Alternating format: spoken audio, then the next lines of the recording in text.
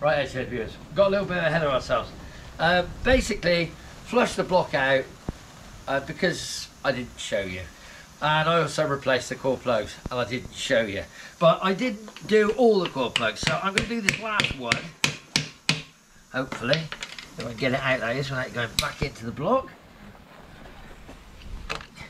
And I will show you how I do it. Now, I'm only doing it this way, right? And you can't see me now, can you? I can't see you. I'm doing it this way for some reason. I haven't got any well seal, which is what I used to use, or I like to use.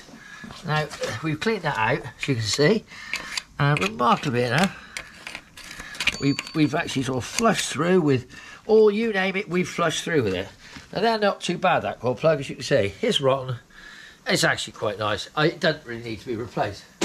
So, not in my lifetime anyway. So, I did the ones because I knew there would be a problem. But I knew there wasn't going to be a problem with the top ones. Now, not having any well seal means that I haven't got any way of sealing up or putting. What I like to do is put something round the actual core plug to just, you know, let it bed in so it grips itself in there. Now, I haven't got anything. So years ago, when I was young, really bloody young, and we did this on a Morris 1000, I think, my dad and I, when I was about 6 possibly. He always used to say, use ordinary household soap. And he said, if you put household soap around it, and why, I don't know, maybe because it slides in with it. And so when I was sitting here thinking, I haven't got any well seal, I'm not using silicone, so I thought to myself, why don't I just find some old soap? So we found a piece of soap in said house, and if this goes wrong, you will see it on real time. So I use a socket, get her in the middle,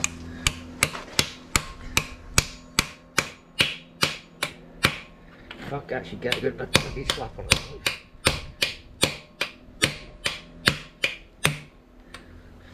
There you go, and she's in.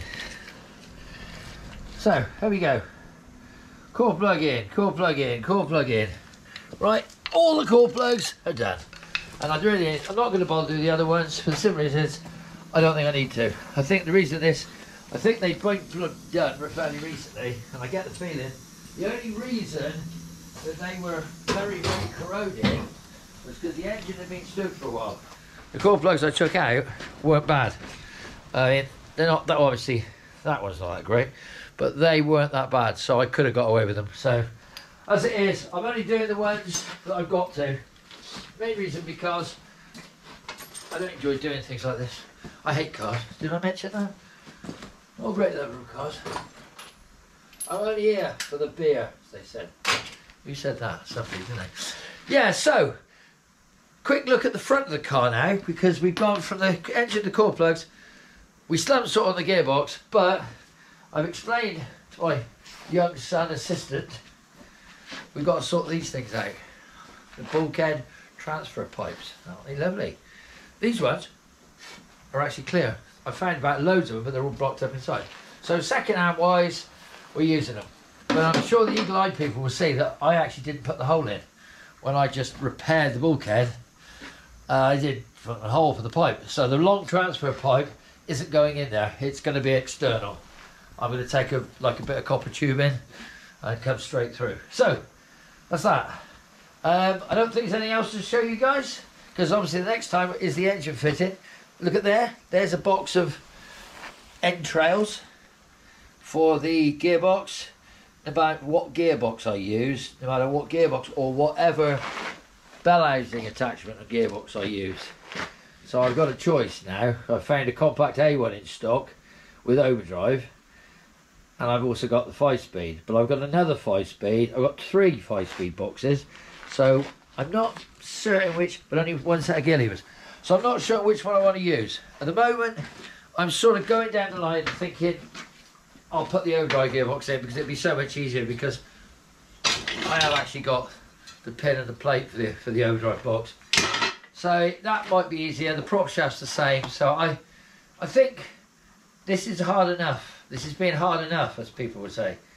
So I think perhaps to get it this far, I'm ruining it. I should put the 5-speed box in it.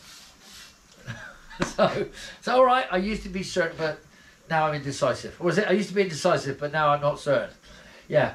Anyway, so I don't know. I like the idea of the 5-speed because of the diff ratio, but I also like the idea of the overdrive because it'll be bloody easy.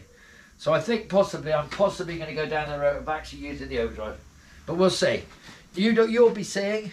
What I'd like to say is, remember this: your time is precious. You got to waste it wisely, and like and subscribe. See you again. Bye.